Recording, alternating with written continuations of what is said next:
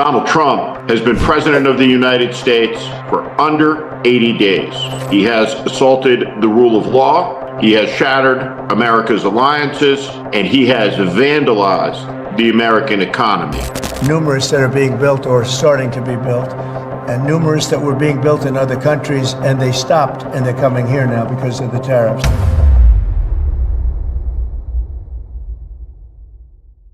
Imagine walking through the heart of Washington, D.C., the capital that once stood as the ultimate symbol of democracy and freedom. Now, picture the streets patrolled not with purpose or dignity, but with soldiers reduced to picking up trash members of the National Guard, carrying garbage bags instead of defending liberty. This was the scene under Donald Trump's command, where what should have been a disciplined military presence became a stage prop in his ongoing performance of power. Trump wasn't content with military uniforms marching through the Capitol. He wanted his image everywhere, towering banners of his face plastered across buildings. A spectacle eerily reminiscent of regimes the United States once condemned. From Kim Jong-un's omnipresent portraits in North Korea to Saddam Hussein's endless murals in Iraq, the message was clear. This wasn't about leadership, it was about domination, about feeding a cult of personality that blurred the line between democracy and dictatorship. And then, as if to underline the absurdity of it all, Trump presided over what might be the strangest cabinet meeting in American history. For hours of bizarre, almost surreal political theater broadcast live to the world. It wasn't governance, sit was a performance. Watching it, you couldn't help but wonder, was this really happening in the United States, the country that once prided itself on mocking dictators,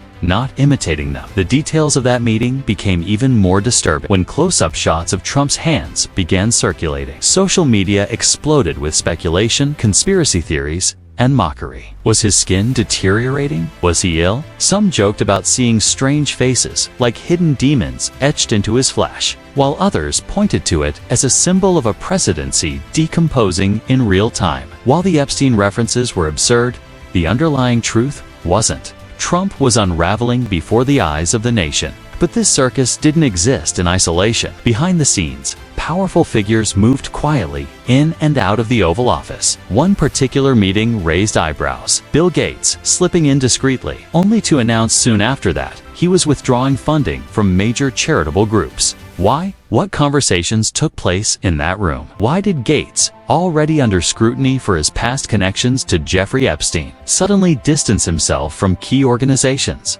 The timing was unsettling, and the silence around it even more so. Meanwhile, Trump's cabinet members lined up not as leaders of a free nation, but as worshippers at the altar of power. They praised him endlessly, some with words that would make even North Korean propagandists blush. The Department of Labor went so far as to hang a massive banner of Trump's face alongside the American flag, with officials calling him the transformational president of the American worker. Others compared him to historic leaders, begged for him to be awarded the Nobel Peace Prize, and even thanked him for saving college football. For everyday Americans, watching this parade of sycophancy was humiliating. The United States, once the beacon of freedom, now looked like a parody of itself. What once had been satire in movies like The Dictator or television shows like South Park was now real life. The line between comedy and governance had collapsed, and what remained was a disturbing cult of personality. And yet, beneath the theatrics, the people were restless. Across the nation, Americans felt the weight of a crumbling economy, skyrocketing costs of living, and healthcare stripped away piece by piece. The promises of prosperity and safety were unraveling. I can't afford to go out. I can't afford food. I can't afford to live, became the cry of families once convinced Trump would deliver something better. His tariffs, his reckless economic experiments, and his obsession with appearances left the nation weaker,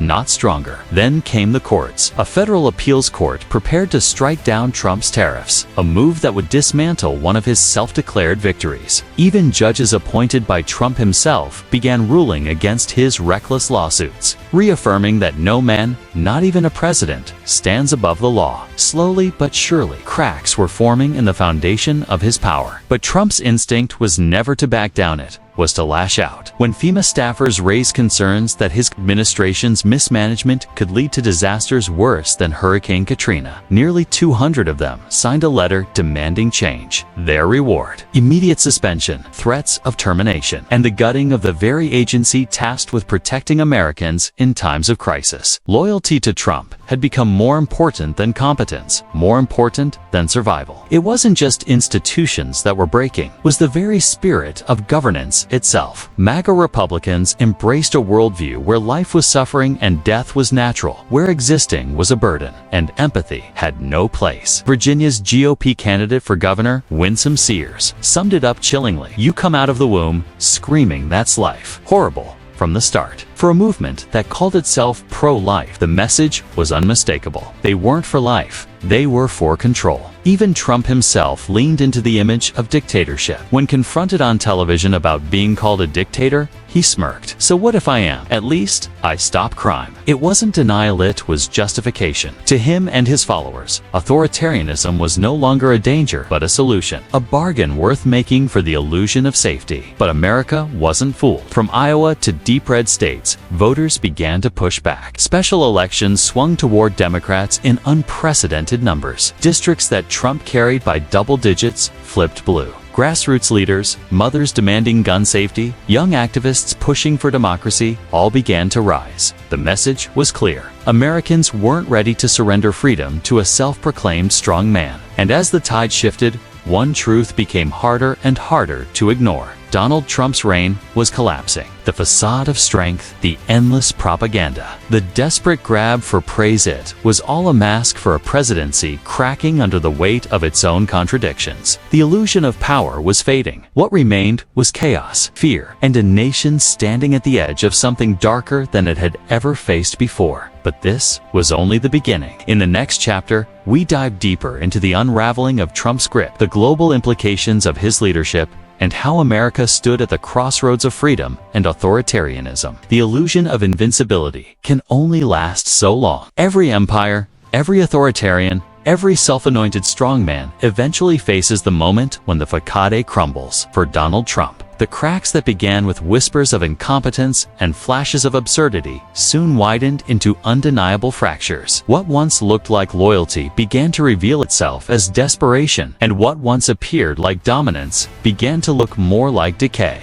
The first sign came not from Washington's marble halls, but from the ballot boxes in places no one expected. Iowa, a state Trump had carried comfortably, became ground zero for an unexpected political earthquake. Senate District 1 deep in Trump country, where Republicans had won by double digits, flipped blue in a stunning 20-point swing. For the first time in years, Democrats weren't just surviving in red America, they were winning. It wasn't a fluke. Across the country, special elections showed Democrats overperforming by an average of nearly 13 points. Red towns, rural counties, and conservative districts that once cheered for Trump's rallies were now voting against his allies. These weren't liberals from coastal cities. These were farmers, factory workers, and middle-class families who had believed in his promises. Now, they were disillusioned. Their healthcare was gutted, their livelihoods crushed under tariffs that hurt them more than the countries they were meant to punish, their sense of safety replaced by chaos and division. Trump's response was predictable: deny, deflect, and demonize. He railed against courts, against the media, against anyone who dared to suggest he was losing grip. He launched lawsuits that collapsed under the weight of their own absurdity, like suing every federal judge in Maryland because they upheld protections for immigrants. Even a judge he had personally appointed, Thomas Cullen, pushed back forcefully, affirming the rule of law. The symbolism was clear. The machinery of democracy was still fighting back. But the louder Trump shouted, the more fragile he appeared. His cabinet meetings, once sold as showcases of strength, became cringeworthy parades of sycophancy. His appointees showered him with bizarre compliments, thanking him for everything from saving football to being a transformational figure. These weren't moments of leadership, they were ceremonies of flattery, exposing the hollow core of his administration. The United States, once proud of mocking dictatorships abroad, now looked uncomfortably like the very regimes it had long opposed. And then came the human cost. Agencies meant to protect Americans, like FEMA, were gutted when nearly 200 staffers spoke up, warning that Trump's mismanagement could lead to catastrophic disasters. They were punished, placed on administrative leave, silenced, erased. Their warnings weren't political. They were practical, even life-saving. But under Trump, truth was treated as betrayal, competence was treated as disloyalty, and the price would be paid not in Washington, but in small towns and neighborhoods when the next disaster struck. The rhetoric grew darker too. MAGA leaders began speaking of life itself as suffering, dismissing empathy and compassion as weakness. "You come out of the womb screaming that's life. Horrible from the start," declared Winsome Sears, a GOP candidate for governor in Virginia. The worldview was chilling. Life has no value. Suffering is inevitable, and cruelty is strength. For a movement that once claimed to be pro-life, the mask had slipped, revealing something far more sinister: celebration of despair. Trump embraced it fully. Asked about being a dictator,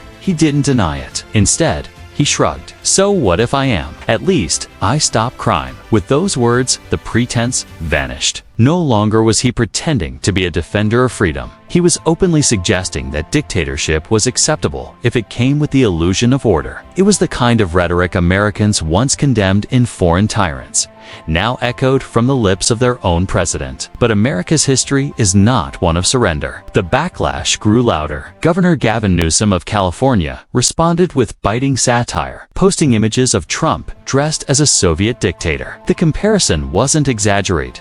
It was reality. Trump's administration openly spoke of seizing control of private industries, threatening to nationalize major companies. The language of authoritarianism had become policy, and the fight against it was no longer symbolic, it was existential. Across the nation, ordinary citizens recognized the stakes. Parents demanded schools and communities free from gun violence. Workers demanded health care, fair wages, and a government that worked for them, not for the ego of one man. Judges, even those Trump handpicked, reaffirmed their loyalty not to him, but to the Constitution. Whistleblowers risked their careers to speak out. State after state, election after election, proved that Americans weren't ready to trade liberty for the hollow promises of a strong man. Trump's image, once carefully crafted as indestructible, was decomposing both literally and metaphorically. His hand, once mocked online for looking frail and decayed, became a symbol of his presidency itself, rotting from within, trying to cover up blemishes too large to ignore. His allies, once loud and confident, began to distance themselves. His enemies grew bolder. The world, watching from afar, no longer saw the United States as a beacon of stability, but as a warning of how quickly democracy can be hijacked. And yet, through it all, Trump clung to his illusions. He insisted he had ended wars he never touched, saved industries he destroyed, and delivered prosperity no one could feel. He begged for the Nobel Peace Prize, desperate for recognition, while the reality around him grew darker. It was a portrait not of strength, but of a man desperate to be remembered as something he never was. But history is unforgiving. The American people, weary of the chaos, began to act. Activists rose, voters shifted, courts resisted. Even within his own ranks, fractures deepened. What began as cracks had now become open wounds, bleeding support, bleeding credibility, bleeding power. The signs of the end weren't subtle, they were everywhere. From Iowa's flipped seat to the 180 FEMA staffers who refused to stay silent. From governors mocking his power to judges rejecting his lawsuits. From families crying out about unaffordable food to citizens demanding freedom. One truth had become undeniable. The Trump era was collapsing. The banners, the parades, the endless praise it was all theater. Behind the curtain was weakness, corruption, and fear. America stood at a crossroads, staring into the abyss of authoritarianism, but also glimpsing the light of resistance. And as the curtain finally began to fall, one question remained. Would this be remembered as the chapter when democracy faltered, or the moment when a nation stood up, reclaimed its voice, and proved that no dictator, real or aspiring, could ever silence the spirit of America? The answer would not come from one man, but from millions, and their voices were growing louder every day.